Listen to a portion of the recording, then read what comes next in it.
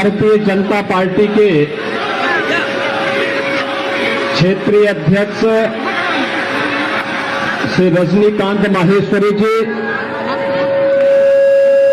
जिला के अध्यक्ष श्री प्रदीप सिंह चौहान जी,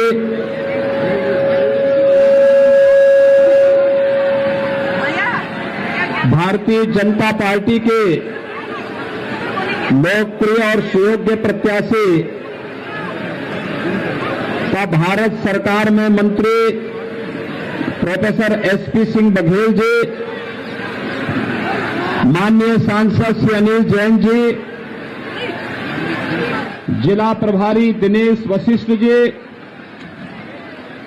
जिला पंचायत मैनपुरी के अध्यक्ष श्रीमती अर्चना गोविंद भदौरिया जी, विधानसभा प्रभारी नानक चंद अग्रवाल जी, लोकसभा के पूर्व प्रत्याशी श्री प्रेम सिंह साक्य जी, गोविंद भदौरिया जी, श्रीमती मधु बघेल जी, अनुजेश यादव जी, संजीव यादव जी, दलवीर पाल जी, जिला उपाध्यक्ष विधानसभा के सह संयोजक श्री अरुण प्रताप सिंह चौहान जी, भूपेंद्र यादव जी, धर्मेंद्र कश्यप जी, और आगरा उत्तर से विधायक श्री पुरुषोत्तम खंडेलवाल जी,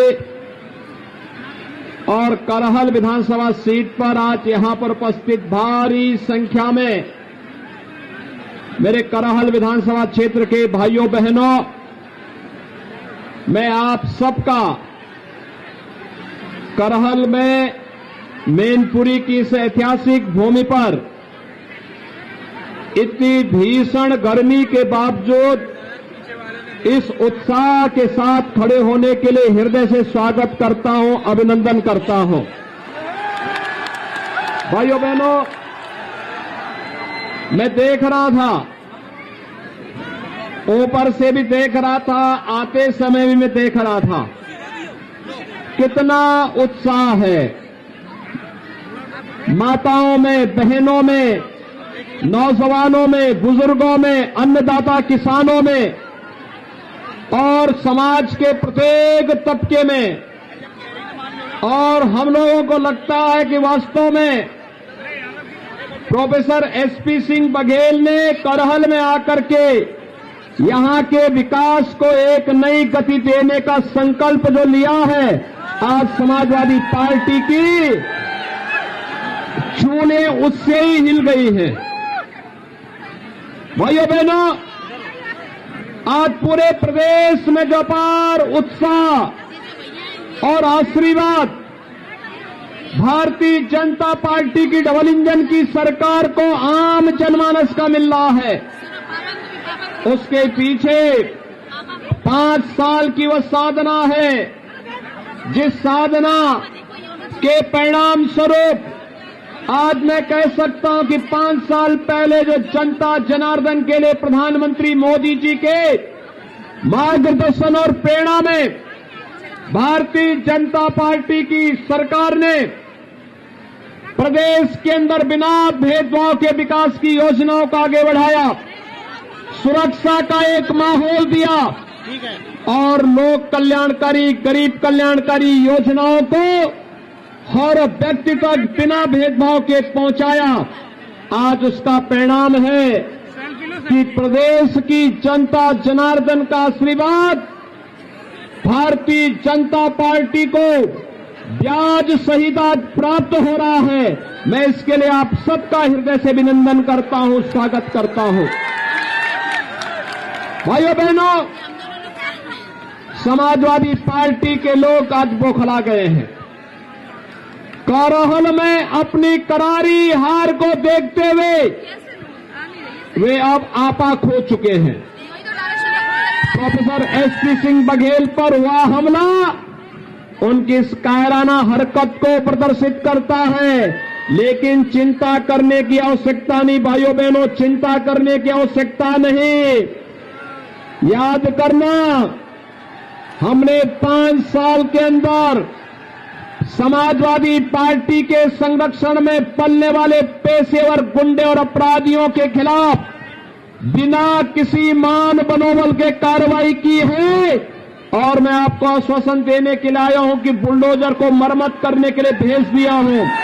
10 मार्च के बाद जब ये फिर से चलना प्रारंभ होगा तो जिन लोगों में अभी ज्यादा गर्मी निकल रही है, भाइयों बहनों, ये गर्मी 10 मार्च के बाद अपने आप शांत हो जाएगी। भाइयों बहनों, मुझे बताया जा रहा है कि समाजवादी पार्टी के गुर्गे जगह जगह जाकर के भारतीय जनता पार्टी के कार्यकर्ताओं को, समर्थकों को धमका रहे हैं। लेकिन अब ये धमकीबाज बहुत ज्यादा समय तक नहीं चल पाएंगे। चुनाव की प्रक्रिया 10 मार्च को संपन्न हो जाएगी और 10 मार्च के दिन जब भारतीय जनता पार्टी प्रचंड बहुमत की सरकार बनाएगी, तब आप देखना फिर क्या प्रदेश के अंदर कानून का राज कैसे स्थापित होता है और कानून का राज फिर से प्रदेश की जनता जनार्दन देखेगी। भाइयों बहनों, जो ये उत्साह है आप लोगों का, ये उत्साह वास्तव में वास्तविक उत्साह है। मैं कल देख रहा था, जिस दिन नामांकन करने के लिए समाजवादी पार्टी के प्रत्याशी करहल में आए थे, उन्होंने कहा अब दोबारा सर्टिफिकेट लेने के लिए आऊंगा, लेकिन प्रोफेसर एसपी सिंह बघेल जी ने उनको 5वें दिन ही वापस यहां आने के लिए मजबूर कर दिया। वे बौखलाए हैं, परेशान हैं, आसमान से टपके और खजूर में अटके वाली स्थिति उनकी हो गई है। वैसे आप बहुत बुद्धिमान हैं। याद करना, आजमगढ़ ने उन्हें सांसद चुना और कोरोना कालखंड में एक भी बार आजमगढ़ नहीं गए, इसलिए वहां से उन्होंने लड़ने का साहस नहीं किया। उनको लगा कि नेताजी की विरासत को मैं हथिया लूं। एक तो आप देख रहे होंगे, मुझे कल एक तस्वीर से आज के समाचार पत्रों में बड़ी हंसी आई और बड़ी मैं अफसोस भी कर रहा था। बेचारा शिवपाल जो प्रदेश का नेता था, कल उसको बैठने के लिए कुर्सी भी नहीं मिली। कैसे वहां कुर्सी नहीं मिली और वह मुंह लटकाए बैठा था। क्या दुर्गति थी उसकी। और वह दुर्गति देखते हुए मुझे तो कल बड़ा लग रहा था कि कहां ये प्रदेश भर में घूमता था, हजारों लोग उनके साथ जाते थे। नेताजी का प्रमुख सिपा सालार हुआ करता था और कल उस बेचारे को कुर्सी का हत्ता मिला बैठने के लिए, कुर्सी का हत्ता। यानी आज के दिन पर अगर किसी व्यक्ति को आप दुर्गति का जीता जागता नमूना देख सकते हैं तो शिवपाल यादव उसका एक जीता जागता नमूना आपको मिल जाएगा। और दूसरा, नेताजी भी बहुत होशियार हैं। कल वे आए थे, वे जानते हैं करहल की जनता फैसला कर चुकी है कि प्रोफेसर एसपी सिंह बघेल ही उनका नेता होगा। तो नेताजी ने कल यही कहा कि भाई ठीक है, तुम लोग जो चाहो तय कर लो, अपना विधायक चुन लो। दूसरा व्यक्ति बोला जा रहा है कि नाम बोल दीजिए, नाम बोल दीजिए। वो कह रहे कौन लड़ रहा है यहां से सपा का प्रत्याशी, मुझे तो पता ही नहीं है। अब ये दुर्गति हो गई हो कि बाप पुत्र का नाम न जान रहा हो। तो भाइयों बहनों, ये सपा की पूरे प्रदेश के अंदर की दुर्गति को भी प्रदर्शित करता है। और इसीलिए आज मैं आपका आह्वान करने के लिए आया हूं कि भाइयों बहनों, मैनपुरी में पहली बार भारतीय जनता पार्टी 4 की 4 सीटों पर अपनी विजय पताका फहराएगी। मैनपुरी है, करहल है, भोगांव है, किसनी है, चारों पर भारतीय जनता पार्टी जीतेगी। लेकिन इसके लिए हम लोगों को अभी भी निश्चिंत नहीं होना है, क्योंकि जिन लोगों ने प्रदेश को पूरी तरह चर करके बर्बाद करने का कार्य किया हो, जिन लोगों ने करहल को उसकी पहचान दिलाने का नहीं। मैं देख रहा था कितनी गरीबी है, कितनी बदहाल स्थिति है, कितना बेरोजगारी है और किस हद तक जाकर के लोगों का शोषण किया गया है। आज भी करहल जैसे क्षेत्र ने, जिसने प्रदेश को नेतृत्व दिया हो किसी कालखंड में, आज भाइयों बहनों यहां पर तो विकास आसमान छूते हुए दिखाई देना चाहिए था, लेकिन समाजवादी कुनबे को विकास पसंद नहीं। उनके लिए सबका साथ और सिपाही खानदान का मात्र विकास, यही एकमात्र उनका नारा है, बाकी उनका कोई नारा नहीं। आपने देखा होगा उनकी संवेदना कभी गरीबों के प्रति नहीं थी, गांव के विकास के प्रति नहीं थी, नौजवान के रोजगार के लिए नहीं थी, अन्नदाता किसान की खुशहाली के लिए भी नहीं थी। उनकी संवेदना तो आतंकवादियों के प्रति थी। याद करिए समाजवादी पार्टी में जो आज समाजवादी पार्टी के प्रत्याशी हैं, आपके इस सीट पर चुनाव लड़ रहे हैं। याद करिए 2012 में जब वो मुख्यमंत्री बने थे, उन्होंने पहला फैसला क्या लिया था? पहला फैसला था अयोध्या में राम जन्मभूमि पर आतंकी हमला करने वाले आतंकवादियों के मुकदमों को वापस लेने का। उनका पहला फैसला था काशी में संकट मोचन मंदिर पर आतंकी हमला करने वाले आतंकवादियों के मुकदमों को वापस लेने का, कचहरियों पर हमला करने वाले आतंकवादियों के मुकदमों को वापस लेने का था। लेकिन भाइयों बहनों, आपके आशीर्वाद से प्रधानमंत्री मोदी जी के आह्वान पर जब उत्तर प्रदेश की जनता ने 2017 में भारतीय जनता पार्टी की सरकार बनाई और प्रोफेसर एसपी सिंह बघेल जी उस समय मंत्रिमंडल में मेरे सहयोगी बने, हमने पहला निर्णय लिया था उत्तर प्रदेश के 86 लाख किसानों का 36,000 करोड़ रुपए कर्ज माफी का। याद करिए आपके मैनपुरी के भी हजारों किसानों का कर्ज माफ हुआ था। याद करिए मैनपुरी के हजारों किसानों का कर्ज माफ हुआ था। और आज प्रधानमंत्री किसान सम्मान निधि का लाभ भी यहां के लाखों किसान प्राप्त कर रहे हैं। हमारी संवेदना किसानों के प्रति थी, हमारी संवेदना बेटियों की सुरक्षा के लिए थी। हर बेटी सुरक्षित रहेगी, इसके लिए एंटी रोमियो स्क्वाड का गठन हमारी सरकार ने उस समय किया था। और भाइयों बहनों, समाजवादी पार्टी की सरकार ने इस पूरे क्षेत्र को डार्क जोन घोषित कर दिया था। और भाइयों बहनों, हमारी सरकार आई डार्क जोन से मुक्त करते हुए हम लोगों ने किसानों के खेत में पानी पहुंचाने की कार्रवाई को आगे बढ़ाया है। और अभी तो हम लोग भाइयों बहनों पंचनद परियोजना को आगे बढ़ाने का कार्य कर रहे हैं। पंचनद की परियोजना आगे बढ़ेगी, मैनपुरी के हर घर में शुद्ध पेयजल, घर घर घर नल की योजना पहुंचाने का काम भी हम लोग करने जा रहे हैं। भाइयों बहनों, विकास की अपनी एक सोच होती है, विकास की अपनी एक सोच होती है। आज उत्तर प्रदेश तेजी के साथ आगे बढ़ता हुआ दिखाई दे रहा है। आज उत्तर प्रदेश विकास की एक नई बुलंदियों को छू रहा है।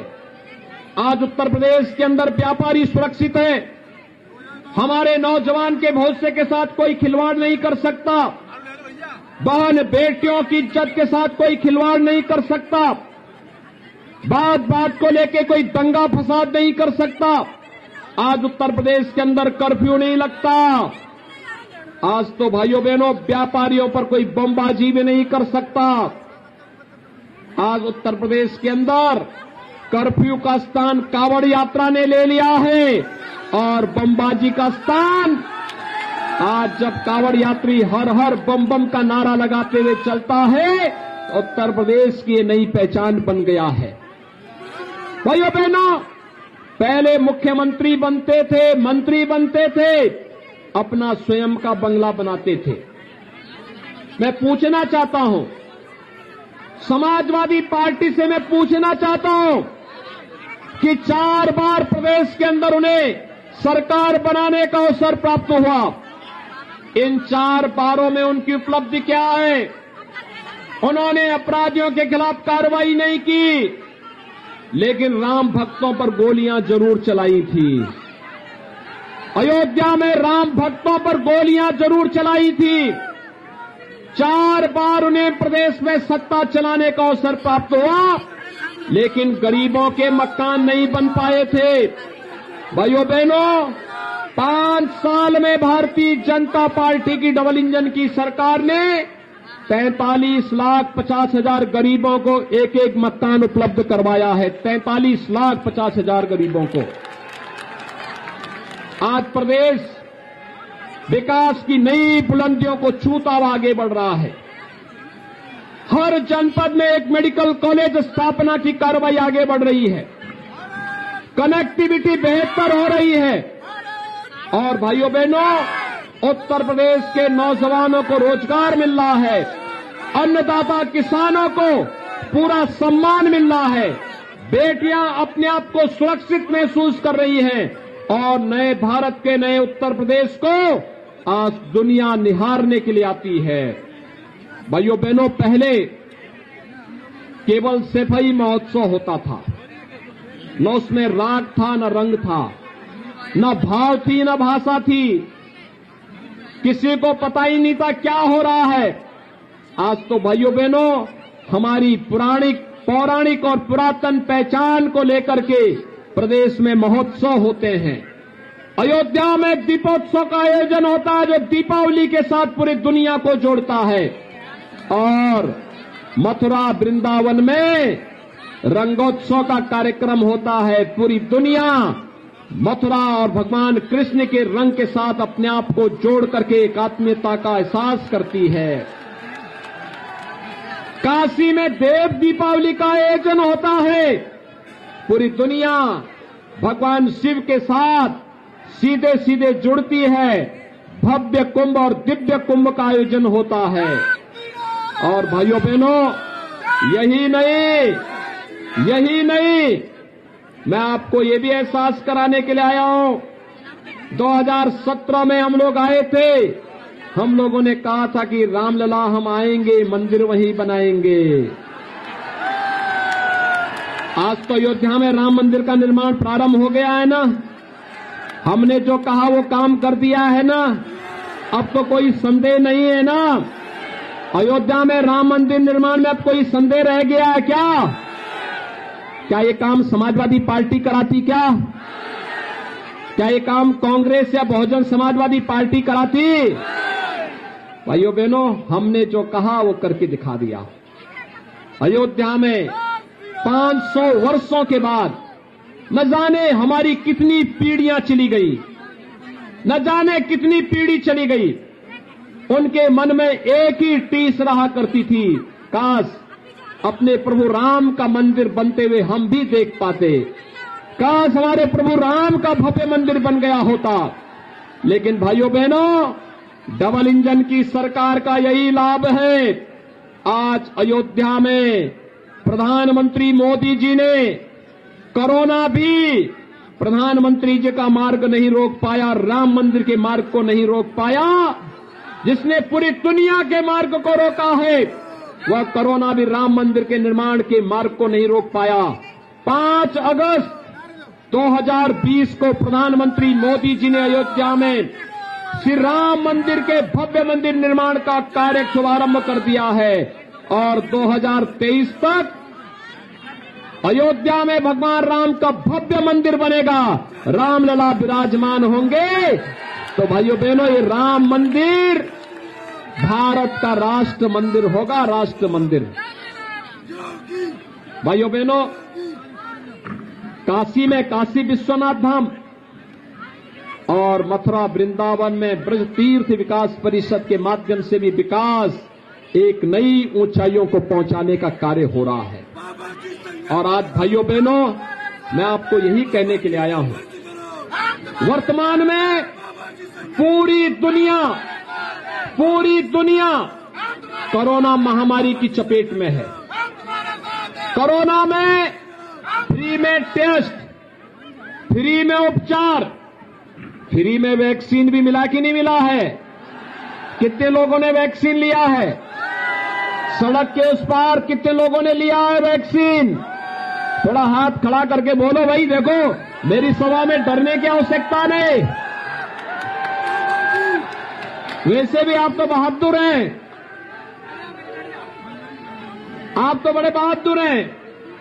आप तो अन्याय अत्याचार के खिलाफ लड़े हैं और आज तो मैं स्वयं ही यहां पर आया हूं आपके बीच में। आज कोई आपका बाल बांका नहीं कर पाएगा।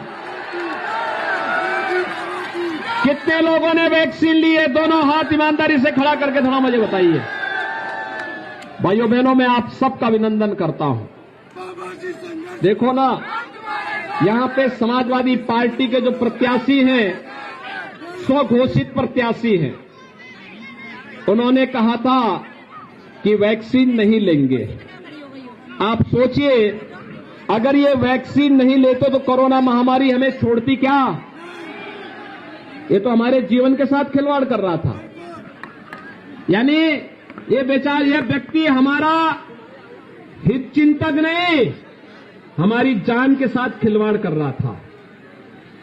आप मुझे बताइए, जो संकट का साथी है वही साथी होगा ना? शेष तो अवसरवादी होंगे ना? और उस समय समाजवादी पार्टी ने भी कहा था कि ये तो मोदी वैक्सीन है, ये बीजेपी वैक्सीन है, कहा था ना? आज भाइयों बहनों, उनको जवाब देने की आवश्यकता है कि अगर ये मोदी वैक्सीन और बीजेपी वैक्सीन से हमारी जान बची है तो फिर वोट भी इसी भाजपा को देना है और मोदी जी के आह्वान पर ही देना है। आप तय कर चुके हैं ना? अच्छा, मुझे एक बात बताओ, कोरोना कालखंड में आपको फ्री में राशन मिल रहा है कि नहीं मिल रहा है? क्या ये समाजवादी पार्टी की सरकार में भी मिलता था क्या? वहां पे तो उनके गुर्गों के लिए पूरा नहीं होता था। पूरे प्रदेश में ऐसे झपटते थे वे जैसे भूखे नंगे हो। पूरे प्रदेश को नोच खाना चाहते थे। और इसलिए भाइयों बहनों, ये डबल इंजन की सरकार है तो 2 बार राशन भी दे रहे हैं। कोई हम आप पर, कोई हम लोग मेहरबानी नहीं कर रहे हैं। ये हमारा दायित्व था और प्रधानमंत्री मोदी जी का आदेश था कि जनता को कोई परेशानी नहीं होनी चाहिए इस महामारी के दौरान। भाइयों बहनों, 15 करोड़ गरीबों को महीने में 2 बार फ्री में राशन, और भाइयों बहनों दाल भी और रिफाइंड तेल भी दिया जा रहा है, और साथ साथ 1 किलो नमक भी, और अंत्योदय परिवार को 1 किलो चीनी भी मिलना है ना? भाइयों बहनों, मैं आपको एक बात और बताना चाहता हूं।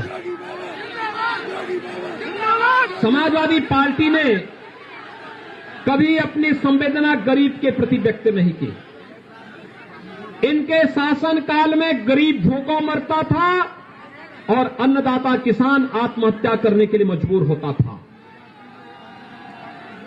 आज मैं कह सकता हूं, जब 5 साल का कार्यकाल भारतीय जनता पार्टी की डबल इंजन की सरकार का पूरा होने जा रहा है, आज मैं कह सकता हूं कि हमारे यहां कोई गरीब भूखों नहीं मर सकता है और कोई अन्नदाता किसान पैसे के अभाव में आत्महत्या नहीं करेगा, क्योंकि हम तो प्रदेश के अंदर 2 करोड़ 54 लाख किसानों को प्रधानमंत्री किसान सम्मान निधि में सालाना 6,000 रुपए उनके खाते में डाल रहे हैं।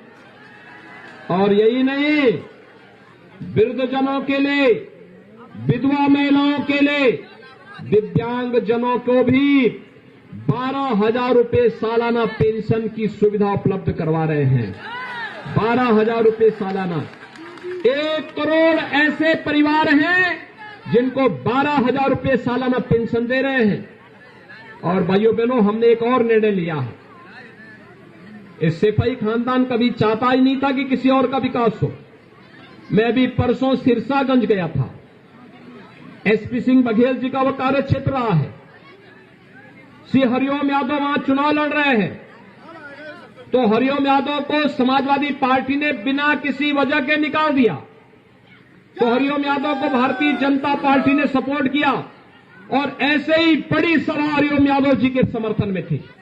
और हरिओम यादव ने उस दिन यही कहा, मैंने हरिओम यादव से ही पूछा, मुझे कहा ये तो बताओ कि भाई आपको क्यों निकाल दिया। उन्होंने कहा इस सिपाही खानदान चाहता ही नहीं कि कोई जनाधार वाला कोई यादव उनके साथ रहे, और इसलिए उन्होंने मुझे बाहर कर दिया। लेकिन आप चिंता मत करिए, उन्होंने कहा मुझे उस दिन, कहा फिरोजाबाद में 5 सीट है, सिरसागंज तो डंके की चोट पर जीतेंगे। उन्होंने कहा कि सिरसागंज से हरिओम यादव, करहल से प्रोफेसर एसपी सिंह बघेल और मैनपुरी से ठाकुर जयवीर सिंह, ये तीनों जब मिल जाएंगे तो फिरोजाबाद और मैनपुरी की भी सभी 9 की 9 सीट भारतीय जनता पार्टी की झोली में होंगे। तो मैंने कहा, उन्होंने कहा देखिए सिपाही खानदान का तो एक ही नारा है, सबका साथ लेकिन सिपाही खानदान का विकास। नौकरी निकलती थी नौजवानों के लिए और चाचा और भतीजा वसूली के लिए निकल पड़ते थे। किसी नौजवान को बिना पैसे के नौकरी देते थे क्या ये लोग? हमारे नौजवानों के भविष्य के साथ खिलवाड़ करते थे। और अभी तो इन्होंने इतना बड़ा अनर्थ किया, हम लोग प्रदेश के 1 करोड़ नौजवान को टैबलेट और स्मार्टफोन दे रहे थे। इन्होंने चुनाव आयोग को शिकायत कर दी, जबकि पहले से चली आ रही योजना थी। 6 महीने पहले हमने योजना लॉन्च कर दी थी। कोरोना के कारण इतना प्रोडक्शन नहीं हो पा रहा था, और जब प्रोडक्शन आ रहा था हम उसी ढंग से वितरित कर रहे थे। हम लोगों ने भी तय किया है कि इन्होंने अगर विरोध किया है, अभी तो 1 करोड़ नौजवानों को दे रहे हैं टैबलेट और स्मार्टफोन। भाइयों बहनों, 10 मार्च को भारतीय जनता पार्टी की सरकार बनने दीजिए, 2 करोड़ युवाओं को टैबलेट और स्मार्टफोन हम प्रदेश के अंदर उपलब्ध करवाएंगे, 2 करोड़ युवाओं को।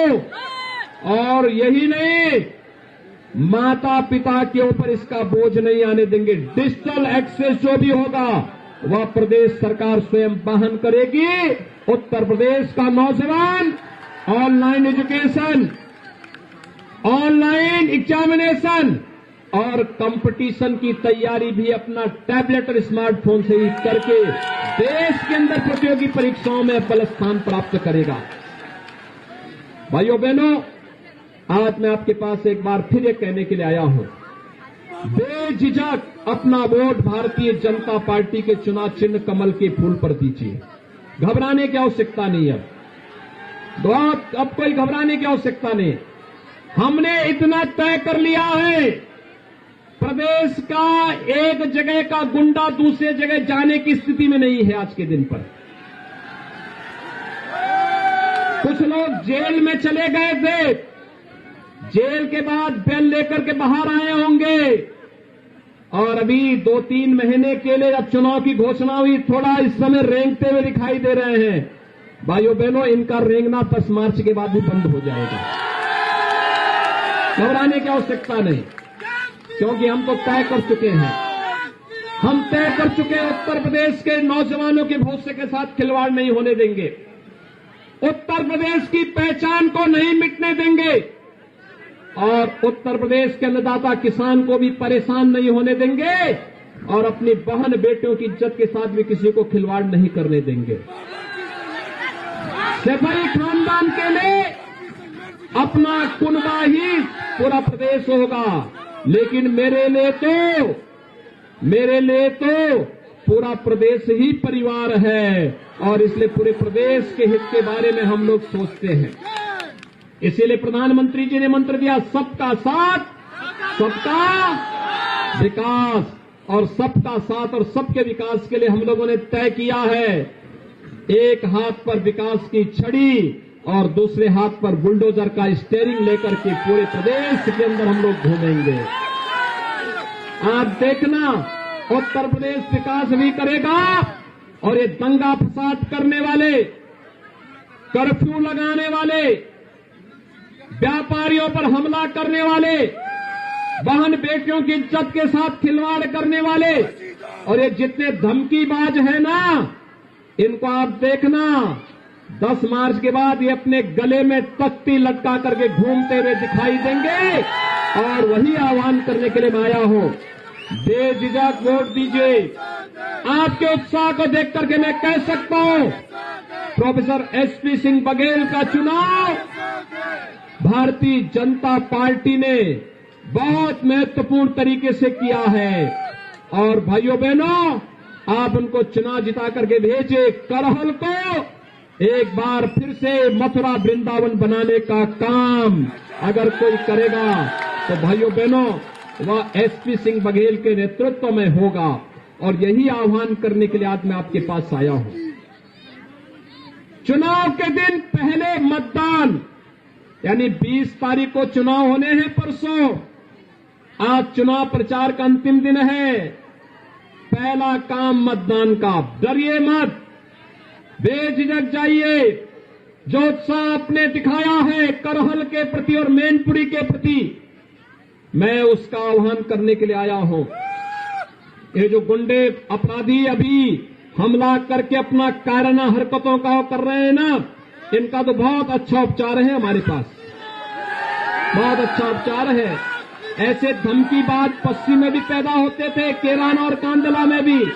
और आपने देखा होगा कि आज कांदला और केराना के अपराधी गले में तख्ती लगाकर भीख मांगते हैं, कहते हैं साहब एक बार जान बकस दो, बस हम सब्जी बेचकर अपना काम कर लेंगे, ठेला लगा करके अपना काम कर लेंगे, लेकिन हम किसी को छेड़ेंगे नहीं, किसी व्यापारी को पलायन नहीं करने देंगे अब। और भाइयों बहनों, मैं यही कहने के लिए आया हूं, बेझिझक आप वोटिंग करिए, डरिए मत, अपना चुनाव बूथ पर जाइए। हर एक मतदाता को पहला काम मतदान का और फिर जलपान का। पहला काम मतदान, सभी लोग सहमत हैं? कमल चुनाव चिन्ह पर प्रोफेसर एसपी सिंह बघेल जी को चुनाव जिता करके भेजेंगे। मैं आश्वस्त होकर के जाओ, मजबूती के साथ सभी लोग सड़क के उस पार भी मेरे साथ दोनों हाथ ला करके बोलेंगे, भारत माता की, भारत माता की, भारत माता की।